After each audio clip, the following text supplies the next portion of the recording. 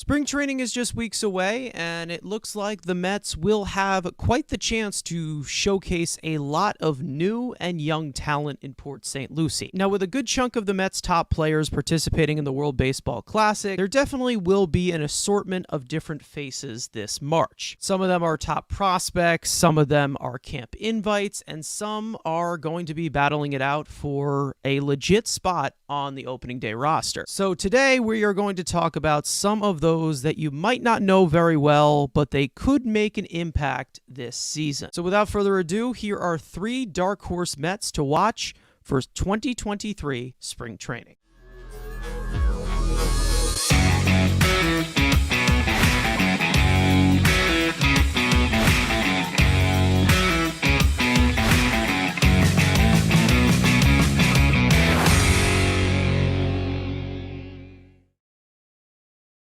So we're going to have a few videos out before spring training hits of some stuff to expect and some stuff to talk about, some storylines going into camp. But as we stand right now, there are definitely a few players that did get invited to spring training who are on the 40-man roster that are guys that mainly nobody really knows about that much, but could make an impact, and they also could be someone to watch during spring training with the storyline behind them. There are some position battles that we have a general idea who are the main people battling for those spots. In this video, we're going to add maybe a couple more guys to throw into that mix of maybe a bullpen battle, maybe some guys who potentially could be sitting in Syracuse who need a power bat off the bench. Maybe there's a guy here. And again, spring training is all about battles, and I think that's the best thing about spring training, and especially this year with most of the major league 26-man roster guys going and playing for their countries in the WBC.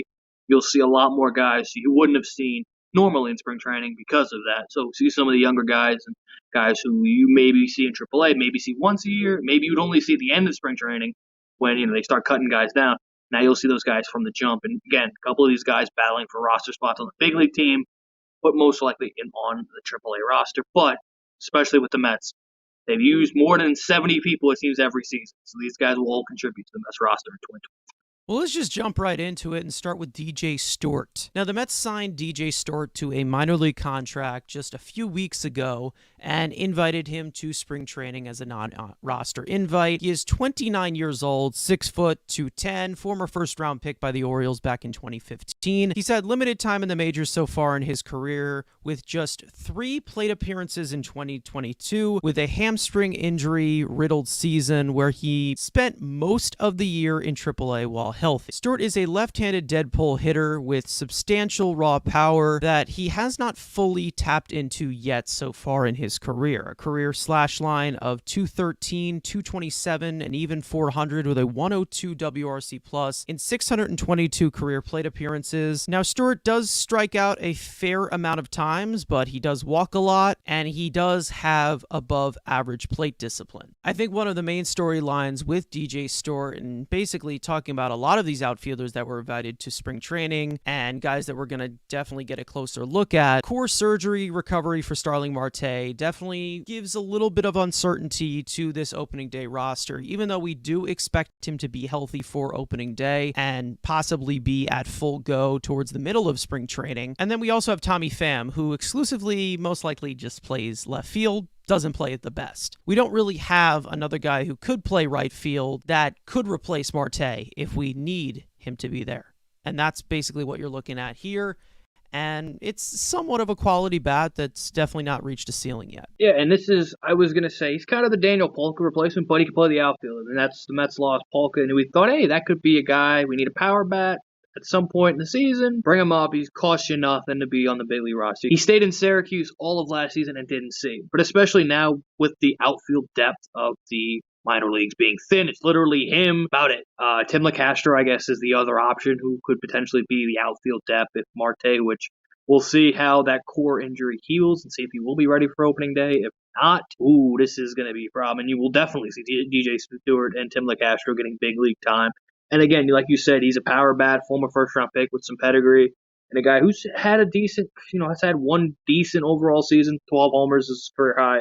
In the big leagues, getting about 300 ABs. So he can do it and provide you a little more pop. Maybe that is, if him being an extra outfielder, but worst case, he's a power bat off the bench, left-handed bat. We've made it clear The fences coming in right field is going to benefit any left-handed hitter in this lineup, and the Mets really don't have a big bopping left-handed bat. I'm not saying it's going to be DJ Stewart, but if he were, and he got plenty of playing time as that pure power left-handed bat, maybe that new dimension in right field helps out. And the Mets are that thin of outfielders. They've done well at drafting infielders and developing prospects in the infield. The outfield, not so much. They need to work on that throughout this season and in future international classes and whatever. But this is how thin the outfield depth is. That potentially DJ Stewart would probably take some big ABs, kind of like a guy like Nick Plummer last year, getting a big, get a spot and where's you playing. It seems like for a 3-week, 4-week, maybe a month streak in the big league. So obviously you hope not, but this is going to be a guy to look out for spring training. He has a good spring. Could be someone down the line, especially for the Mets' need of power.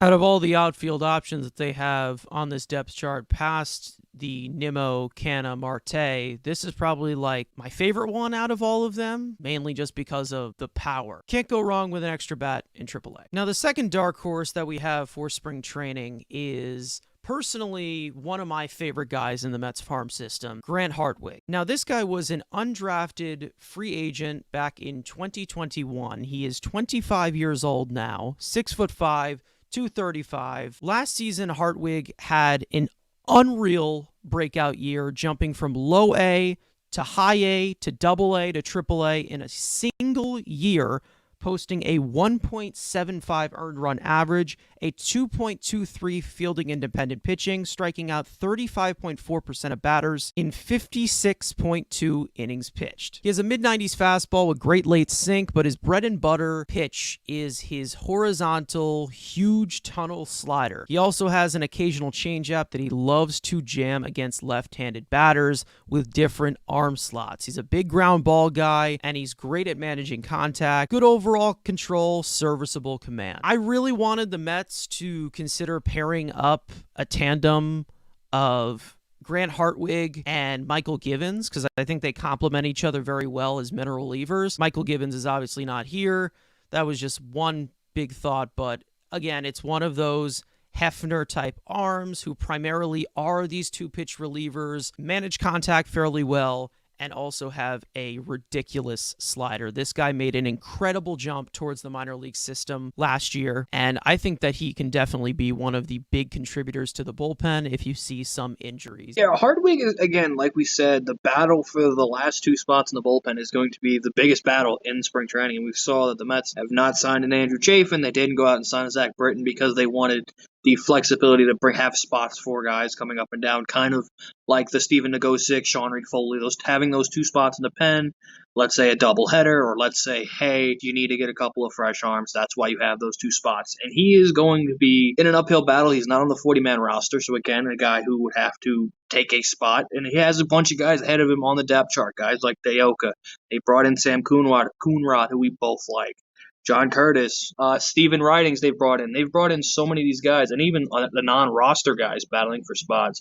Connor Gray is a guy we both somewhat like to an extent. TJ McFarland was a very productive reliever 2 years ago with St. Louis. With relievers, especially pitchers today, the Mets are going to go through a bunch. He could definitely get his chance to have an opportunity if, let's say, Adam Ottavino or David Robertson gets injured. That opens up a spot. There's going to be so many moving pieces bullpen. You wouldn't have seen. The Mets have done a great job now of bringing young, electric stuff, high, good fastball, whatever, a sinker slider, mixes that Hefner likes. There's a bunch of them. I think Hartwig will get a look.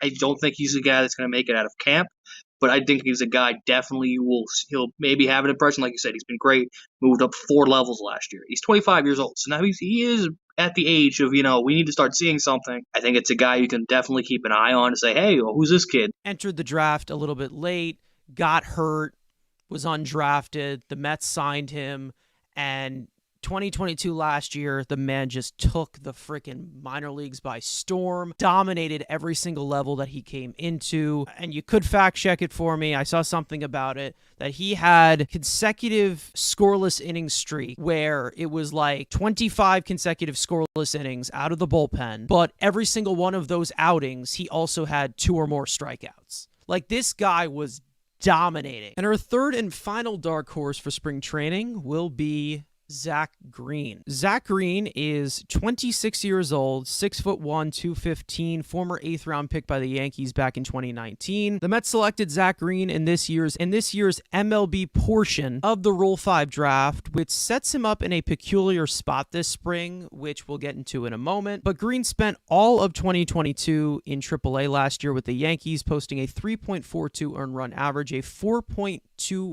fielding independent pitching, striking out 33.3% of batters in 68.1 innings pitched. He's got a low slot fastball that doesn't have high-end velocity, but just like Hartwig, his main weapon is his huge, sexy slider, which, as in Green's case, it's a super sweeper, and it produces a ton of whiffs. Now, Hefner has really emphasized, once again, these two-pitch relievers this offseason with explosive sliders, explosive breaking pitches, and Zach Green definitely falls under that category. Yeah, so as of right now, he is on the 40-man, and actively he's on the 26-man roster. If coming into spring training, if he goes in the spring and he does not make the opening day roster, the Yankees have the ability to take him back. He has to be, before he can go to the minor leagues, you have to offer him back to the New York Yankees, with the team that he was originally with, or we took from in the Rule 5 draft.